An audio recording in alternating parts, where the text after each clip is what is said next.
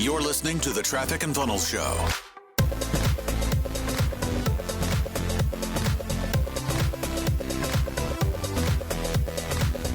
Hey guys, this is Alan, producer of the TNF Show. Today's clip comes from the Life Worth Chasing podcast, where Taylor chats with Chase Maher about scaling business, TNF's origins, and real estate investing. Also, if you haven't done so already, visit trafficandfunnels.com/subscribe to get a free gift from us, and also get access to special deals on our next level paid products. Without further ado, let's get to it. So Taylor, why don't you share a little bit about who you are and what you do before we get started? Amazing. Thank you for having me. It's good to be here. Founded a company called Traffic and Funnels in 2015 with my business partner, who's on the opposite side of the world to you. He's in Charlotte, North Carolina. And we built that company. It took us 2.5 years to hit 7 figures in that company. We ended up migrating into the sales consultancy world a little bit with a different company. And exactly like most professionals who hit success relatively quickly, we realized that we didn't have a plan for the money that we were making. So we got good at making it. This is where people stop. It's like they spend all this time studying how to make money because nobody wants to be poor.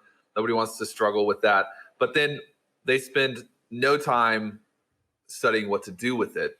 And so, we see this like curve where people make a lot of money and then they get to the end of their life where they should be focused on legacy and impact and thriving and all of these things. And they end up having to work past their prime and their life kind of retreats financially. And so we started a company called Wealth Cap Holdings and got into the real estate game. And we do 28 to 30 houses a month, take all of the cash from the cash flow businesses, move them into real estate.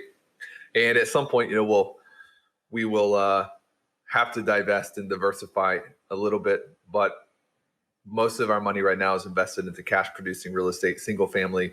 We got lucky with COVID because everybody pre-COVID wanted multifamily, and now multifamily is just getting crushed because nobody wants to sit inside of a 300 unit apartment complex underneath a bunch of people who have COVID-19. So we kind of got lucky because people are moving into the rural suburb areas, and that's where we're invested. So sweet, man. Well, tell me a little bit before we get into Traffic and Funnels, scaling a business online, and what Wealth Cap Holdings means to you. I'm curious. Tell me a little bit about before you started Traffic and Funnels. What's your background? How did you come up with that idea? And where did you really build the skill set and the framework to scale a company like that? Yeah, that's a great question. When I was as early as I can remember, I wanted to be a pastor. So I grew up in church. We actually grew up in Louisiana.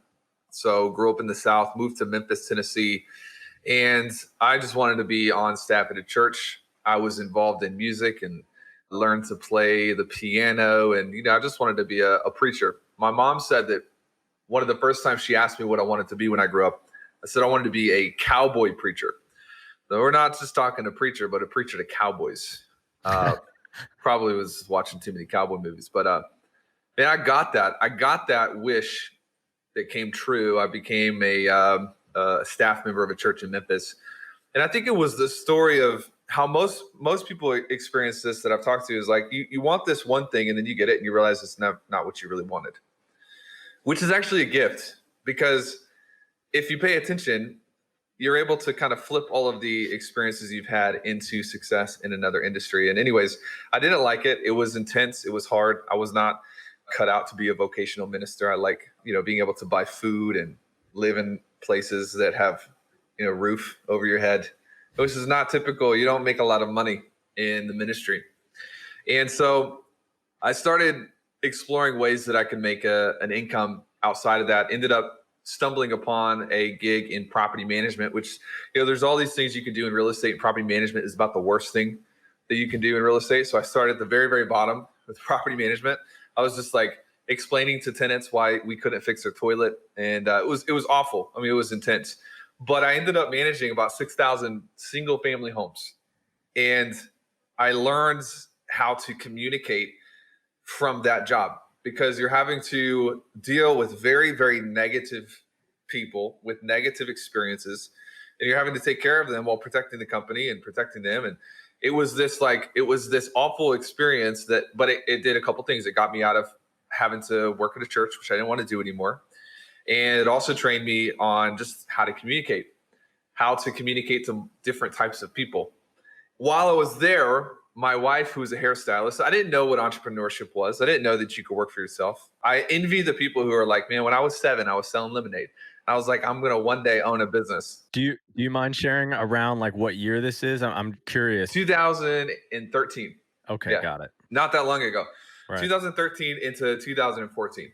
But my wife, we had been married for 2 years, and she was a hairstylist, so she made her own income, and she didn't work for anyone. I was like, man, that would be so cool if I could do that. If I could do my own thing and make an income without having a boss and without having to report to someone. And we went to the beach 2014. We went to Orange Beach, Alabama. And before we got for the road trip, we talked about her business, and she's like, I would love more clients, and I think you should figure out how to get me more clients. I was like, cool. Shout out to the wife. She's responsible for a lot of good things in my life. We'll put it that way. That's good. So I was like, I'm going to look up how to do this, and I think I can figure it out. And I've always been the type of person who, if I get into it, I'll study it like a crazy person. If I'm not into it, then it's dead to me. I don't even care, which is why I kind of struggled through school. And I think this is a textbook trait of most entrepreneurial individuals. It's like, if you're not passionate about it, it's like, who cares about it? Who cares about it? So I picked up a book by a guy named John Carlton, who you've probably heard of.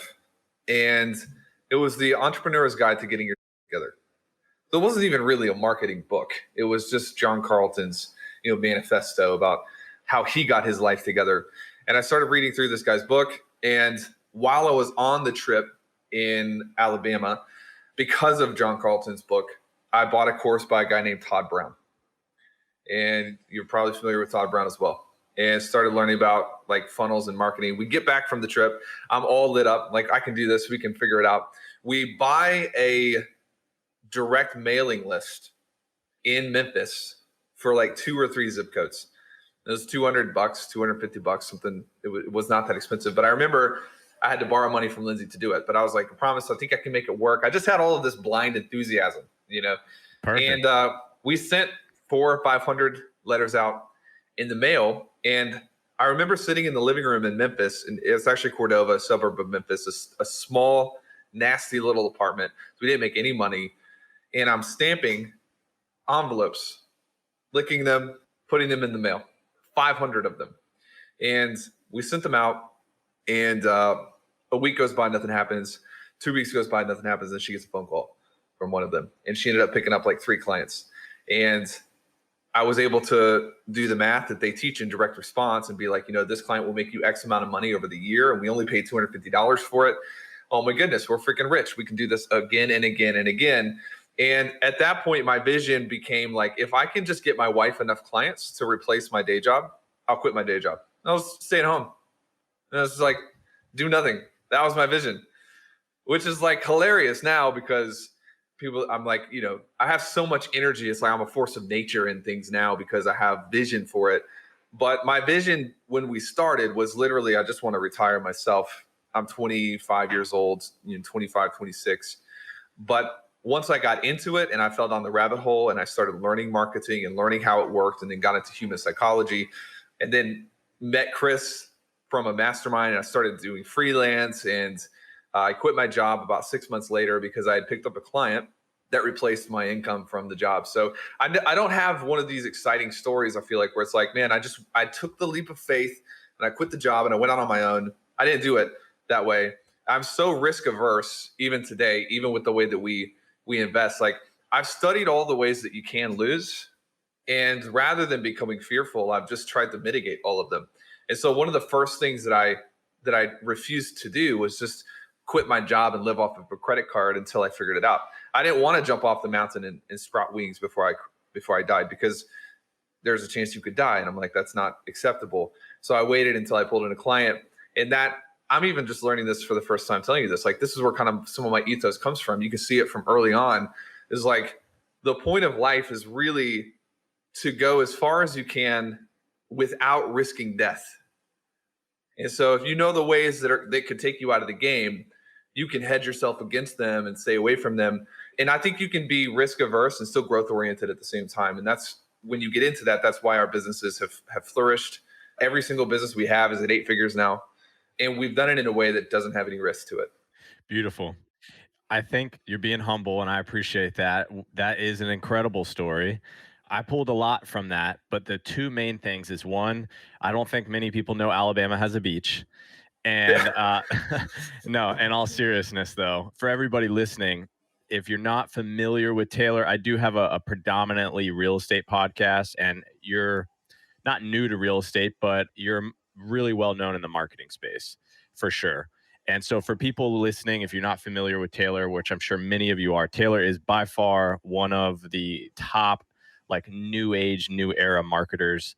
Really impressive. And so if it's cool with you, I'd love to dive into traffic and funnels and what that's all about, how you scaled it, what your goal and focus is there. So tell me about the start of traffic and funnels and what traffic and funnels is.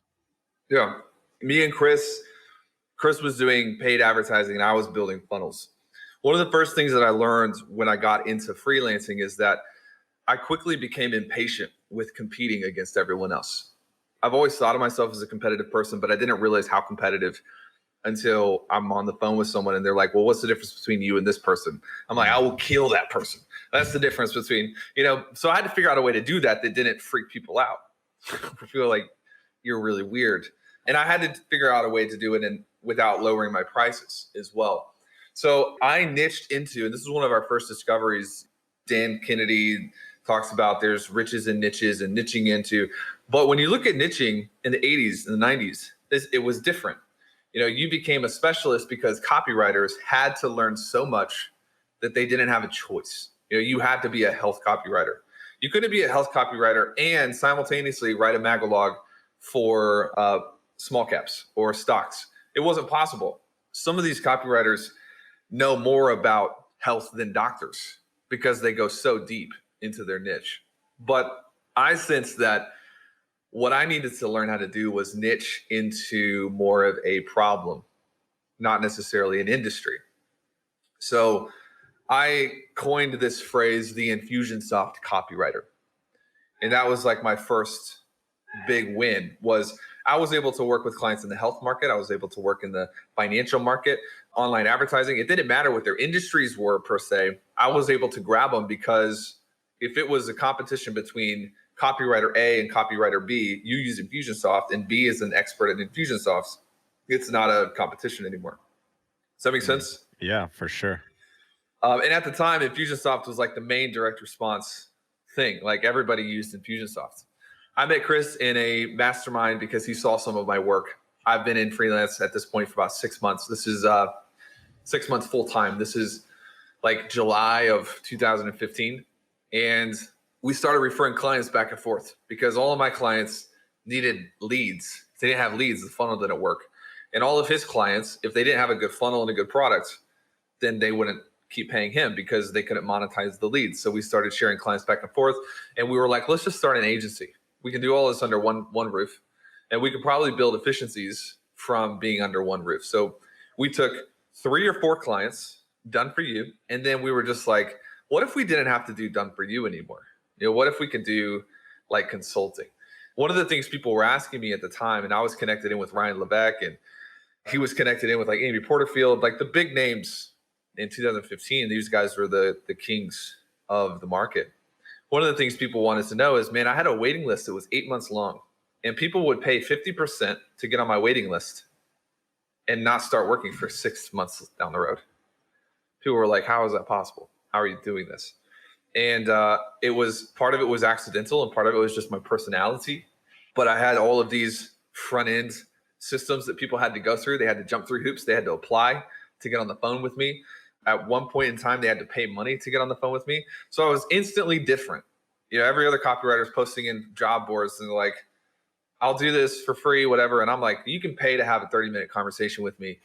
And if I like you, then I'll apply that money towards being a client. And if not, then I'm just going to keep it and you can't be a client. And so it was a very different frame right from the very beginning.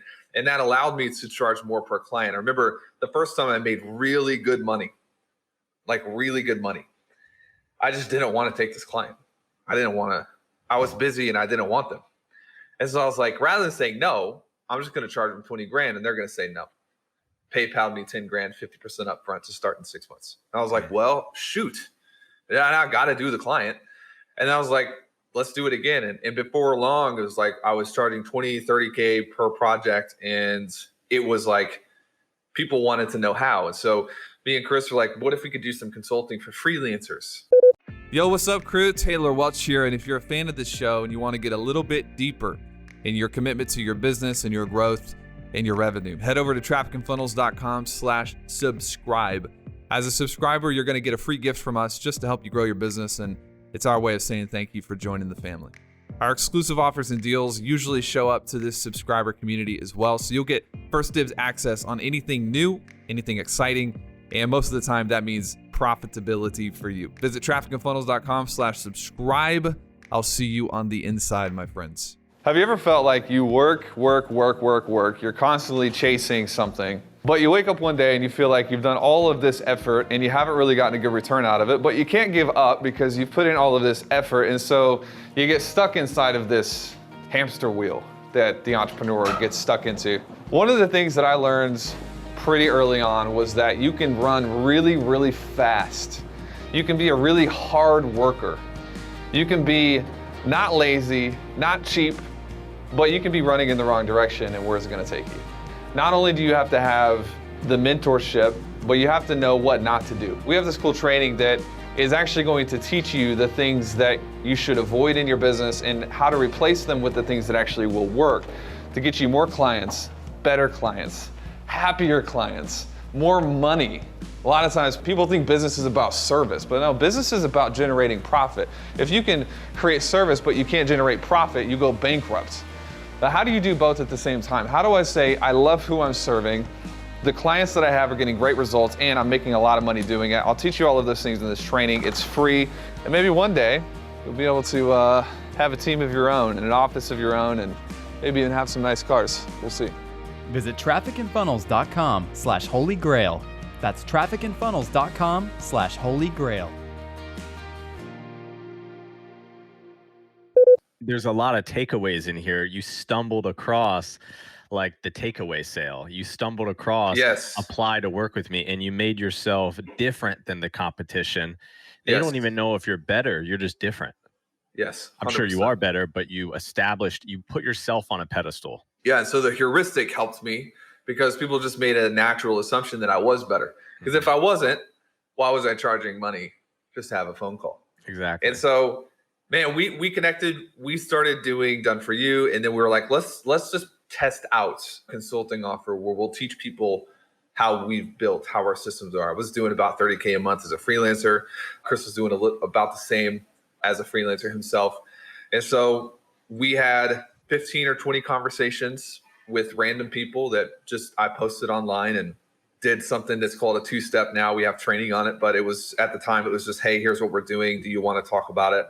And we enrolled 3 clients for $3,000 each for us just to teach them.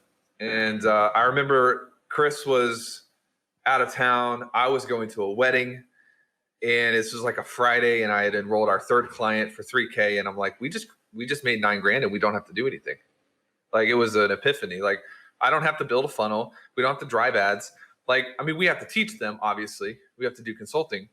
I was like, man, we're basically like freaking rich, dude. We just made $9,000. And if you look at the economics of our time, we were used to working for like $80 an hour because of how labor intensive the Done For You space was. I'm like, dude, we just like 10x'd our revenue per hour, you know? And it blossomed from there. We didn't take any money out of the business for the first 4 or 5 months. All of that $9,000 went into paid traffic. And then the next month, I think we did like 35 grand. All 35 went into paid traffic. Then the next month we did like 60. And by, I think, the 4th month, so we started in September. So September, October, November, December. So the 5th month was January. Did $127,000 in revenue. I took my wife to Red Lobster that night to celebrate, because that's what rich people do, is they go to Red Lobster and they eat those cheddar biscuits. I was like, babe, buy anything you want. You can get the crab legs. You can get I don't even care. We just made $100,000. We're so rich. And then the next level of resistance hit because I realized we had to do it again because we're not going backwards. We have to do it again. And there was all this pressure. There was this new level of stress that I was not used to. It was what I was used to my whole life was the stress of not having money. And for the first time, January 2016, I was introduced to the stress and the pressure of not having money, but feeling boxed in. Like, well, I have to do this again. And I don't really know how we even did it this month. Like, how do we repeat this? You know, we did $44,000 February after $127,000 in January. And that was painful, but it was a great learning lesson. And it taught us that just because you can do it once, if you don't identify attribution, anybody can get lucky. But the difference is between a professional and an elite athlete and somebody who's just getting started is that Kobe Bryant watched the tapes every single game. So and what is he hunting for? He's hunting for attribution. He wants to know what position was his leg in that caused him to miss that layup. He's not interested in just looking at the scoreboard. And so for us, what we learned is that every single win we have and every single loss we encounter, we need to have attribution. Because if we cannot tie it back to a cause, then the effect will always be random. And from that ethos, we started building the systems and the operational leverage. There's people don't realize that there's financial leverage, which is like, man, when we talk about real estate on that other podcast, you know, financial leverage is getting something you did not pay for, which is amazing. Everybody needs more financial leverage. There's operational leverage in business, which is getting something that you did not work for. There are two different types of leverage. And what we started learning was like marketing is the tip of the spear. It's just the very first level. Underneath that iceberg, you've got operations and you've got systems and you've got cyclical P&Ls and cash flow and capital allocation and all of these things. And so we can kind of skip over or go through that. But I would say the main reason that TNF was able to grow so quickly is we went all in at one thing at a time. We went all in on marketing when we could, and we just tried to raise that bar as fast as was possible. And then we replaced ourselves and went all in on a second thing. We went all in on that thing until we mastered it. Then we got people to replace ourselves in that area. Then we went to the third thing, went all in on that, mastered it, then got people to replace us. It's like, you know how Elon Musk is digging tunnels like underneath the ground? Have you seen those boring machines? Like in person? Or like, have you just seen like how they work? I've seen like the maps and everything. I mean, it's pretty spectacular. So, it's the same thing as building a business. This boring machine, what it does is it's got these grinders on the front and it goes through and it removes the earth and moves it back. And then before the end of the machine goes through, it's got to put up concrete or like steel reinforcement mechanisms. Because what happens if the boring machine just goes through the ground and doesn't put reinforcement behind it, the ground will just crush back on the back end of it. Building a business is the same way. You got to have all this effort and you're just clearing out ground. You're taking ground. But then you have to put reinforcements around it so that you can leave. If you can't leave, it's not a business. It's just a job. You're just stuck. And so we have the same mentality with business. We're going to go in. We're going to put a lot of effort in on the front end. We're going to clean out the ground. We're going to literally grind our way through and build this thing. But then we're going to use operational leverage to reinforce what we were doing with other people and move on to other things. And TF went from 100 grand a month to 400 grand a month to 700 grand a month to $1 million to $1.5 million a month. And it's just like, I think we'll just kind of go until we can't go anymore. But that's how it's been. That's about how it's done. That's beautiful, man. And I love that you used the example of the boring company to kind of illustrate in people's minds what you were talking about. One of the main things that I got out of that is that you went all in on one thing at a time, mastered it, replaced yourself, repeat. My next question was going to be about scaling online. And I don't want to dive into like the tactics, but more so the mindset of scaling online. And that was a lot of it. Is there anything else that you want to add or anything that you might have done differently to scaling a company that fast online? In regards to just online, or like in regards to team, or just kind of open-ended? Whatever you feel is the most important. Obviously, we don't have a ton of time. I think you and I could probably talk for 3 hours if we had it.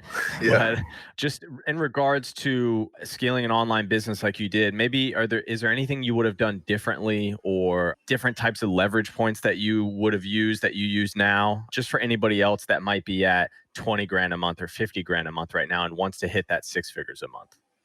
Yeah, I think probably my biggest area of weakness when I was growing and as we were scaling was probably my expectations. And that sounds so cheesy and so cliche, but let me explain what I mean. Speed is going to produce mess.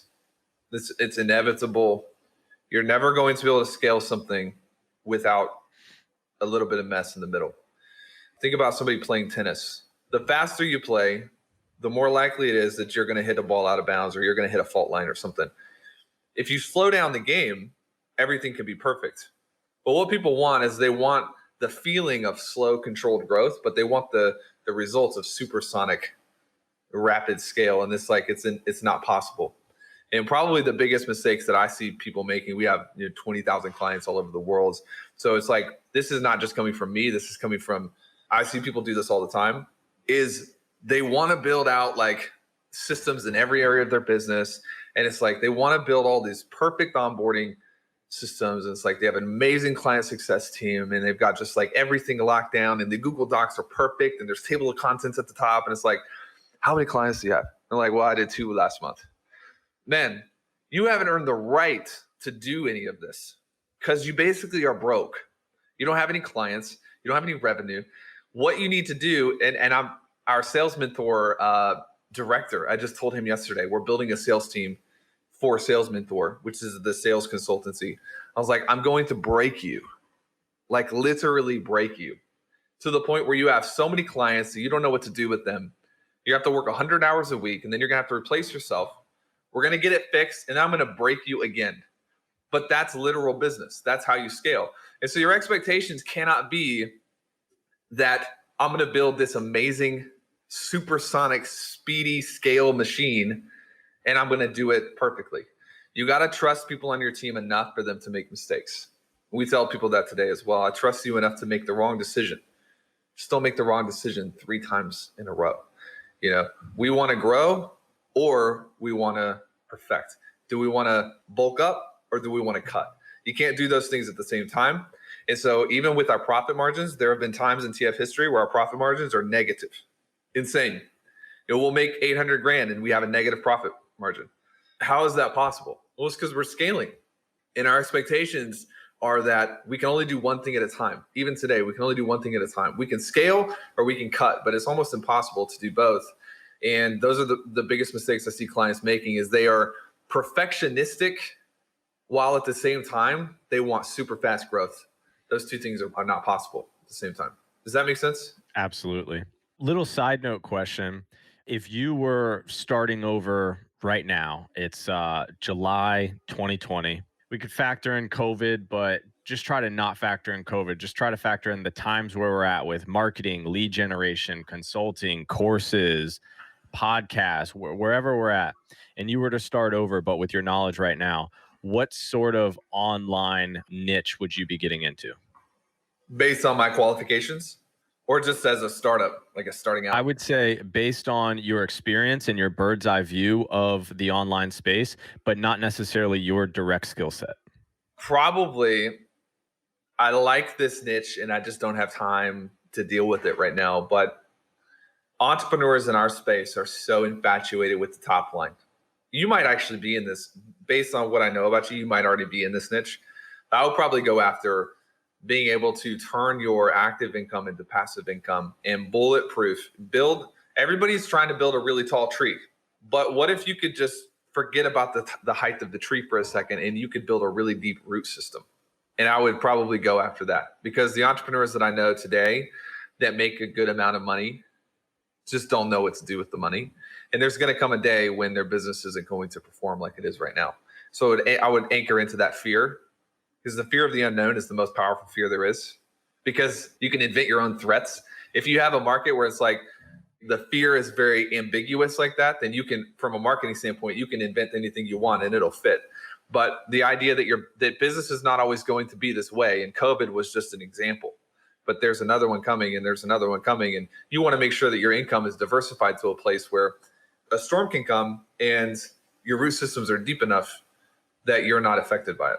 Now, I'll probably go into like wealth building, wealth management for entrepreneurs, wealth building for online entrepreneurs. I love that. And you hit the nail on the head. That's something that, I've had, and this is just like a personal vulnerable thing. I've had this like mindset shift of, I have a skill set in real estate and building passive income and building wealth. And then I look at online entrepreneurs and I think to myself, man, should I completely change that shift, or should I tap into that and help them build? They're interested in what I'm doing. I'm interested in what they're doing. It's kind of like a grass is greener thing. So I appreciate you sharing that. And that was 100% a selfish question on my part, which, hey, it's my podcast. All good, bro. I can do what I want. You've earned the right. Yeah, man. So very cool. I love that. Thanks for sharing that. And that brings me into sort of our next phase of the podcast, and that is what you're doing in real estate. And so tell me, like, what was that like turning moment for you to think to yourself, man, we have a 7-figure, 8-figure online business. We need to preserve this wealth. And how did that come about?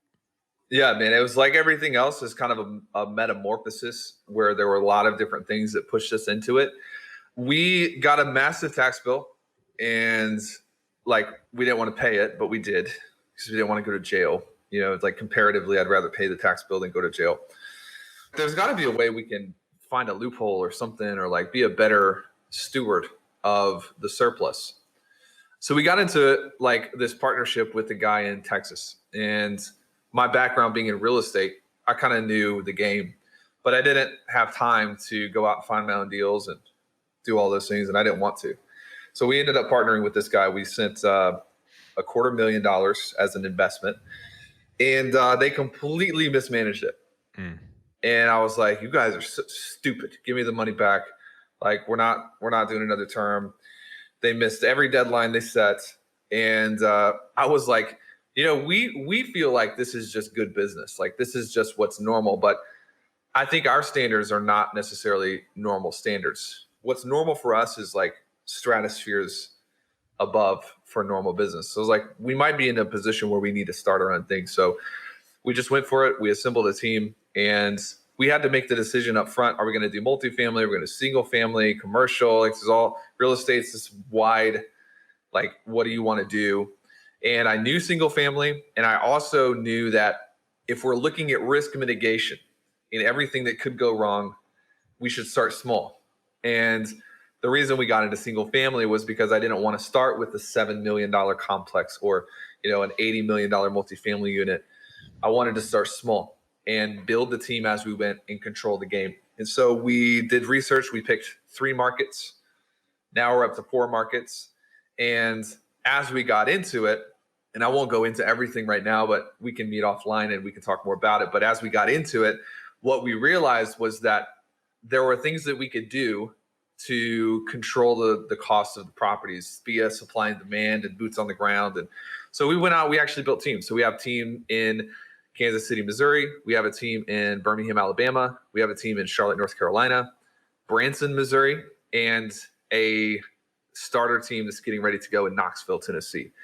And what I wanted to do is we wanted to protect our downside, but maximize the upside. And there's this new thing. It's not new probably to us, but it's new to most investors, and it's called nightly rentals. Airbnb wasn't around in 2008.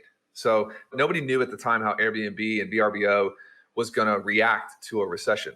So we ended up building this formula for 70% of our houses are in long-term markets.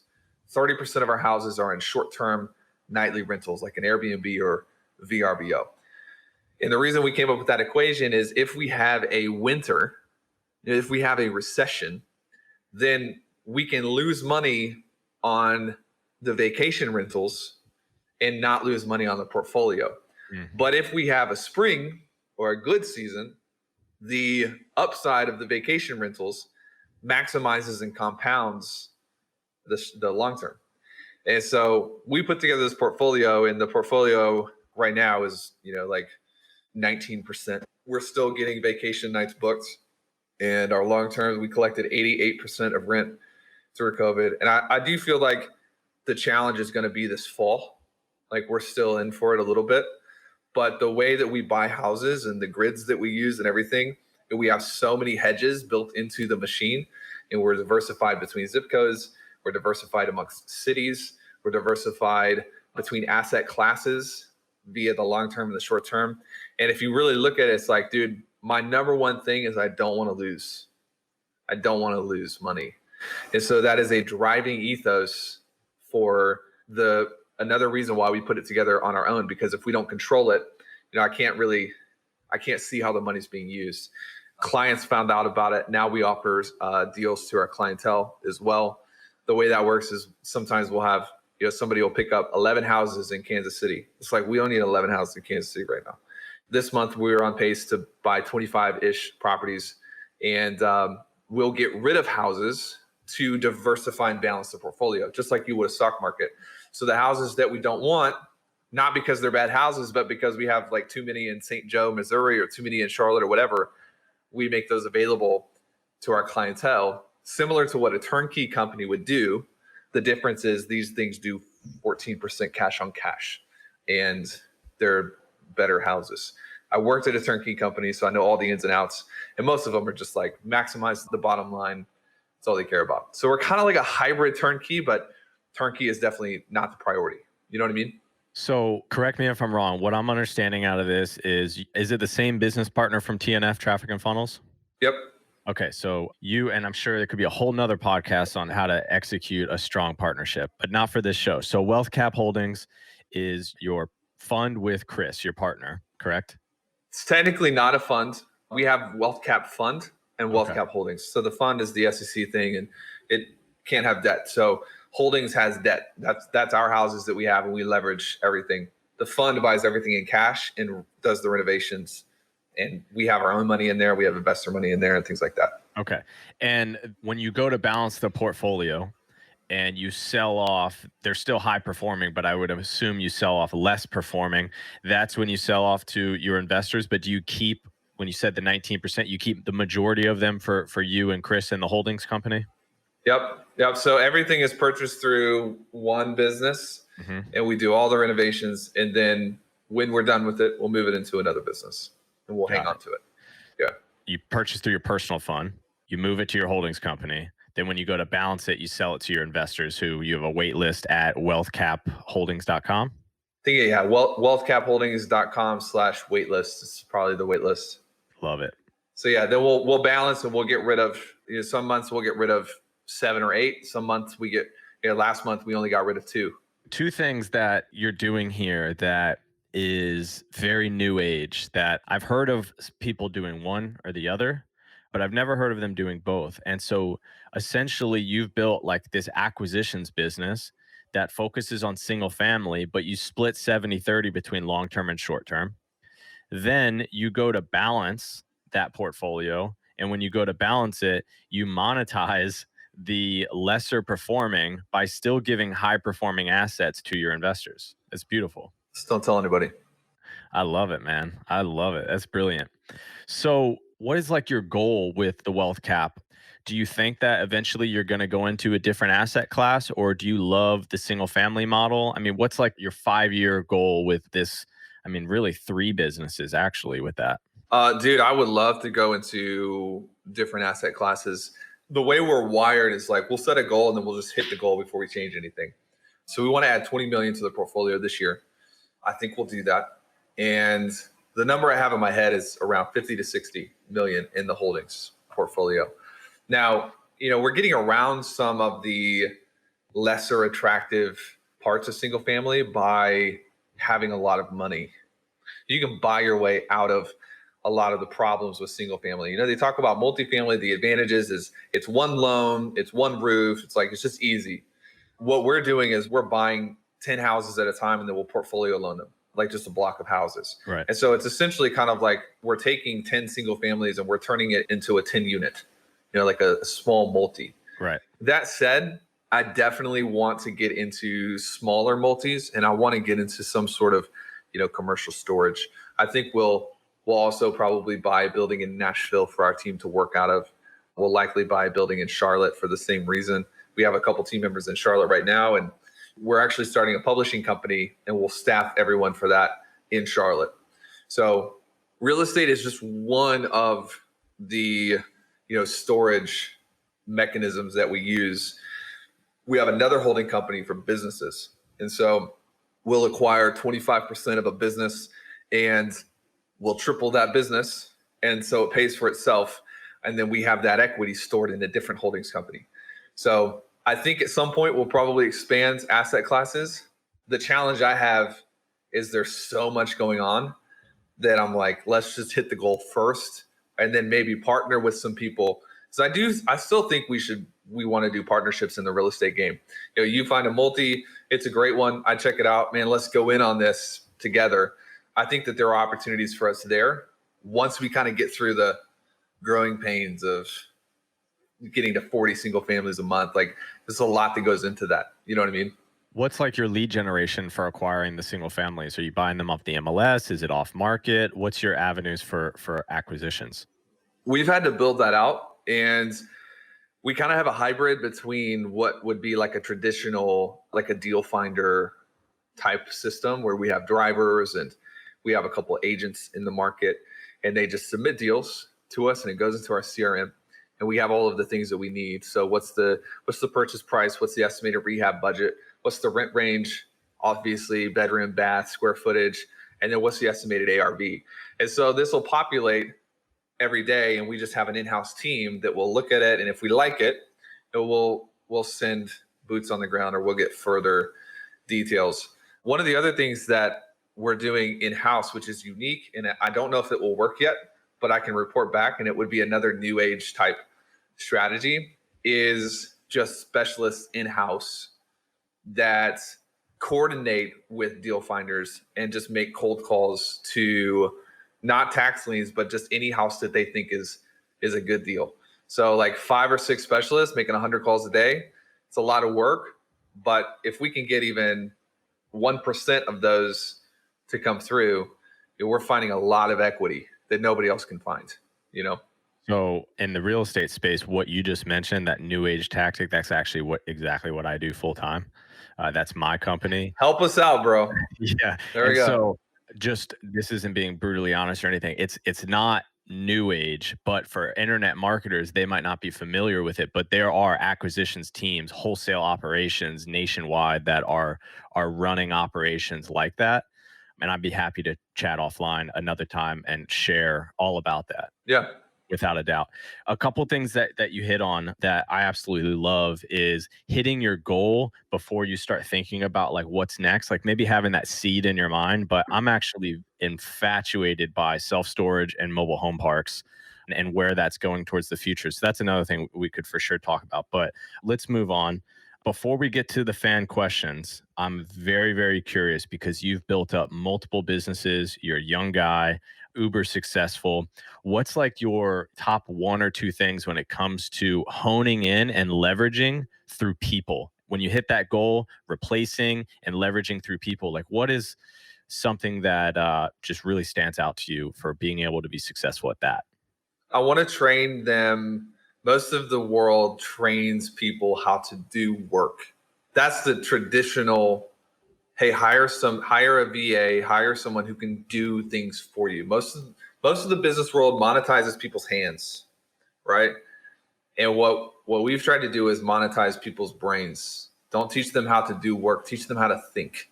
Don't outsource your calendar, outsource the decisions with the calendar. It's a very different level of training. And so when it comes to people, that's what we've tried to do. And most of the coaching that I do with the team has nothing to do with how to do their job better. It has everything to do with how to think better, how to optimize their own vision, their own goals. And I think that we've built the culture that what's best for the company is best for the individual. We've tied those up to the same pole. Whereas most corporate organizations, there's almost like a war between what's best for me versus what's best for the company. And what I want is people to come in. I don't want to cap their income. I want them to have a big vision. I'm not intimidated by somebody saying they want to make $1 million a year. It's not intimidating to me. I'm a secure leader. like if somebody says that, I'm like, let's sit down and build a plan for you to get to $1 million a year. Because if you earn $1 million a year here, holy shit, I'm earning $15 million a year. You know, like we are on the same team. There's no wars happening. But first and foremost, if I can equip you how to think like I think, then I can just set the goal and get out of the way. If you only know how to do work, it's going to fail eventually. Beautiful, beautiful. Thanks for listening. For more from Chris and Taylor, visit trafficandfunnels.com and get a free gift just for being a subscriber. That's trafficandfunnels.com.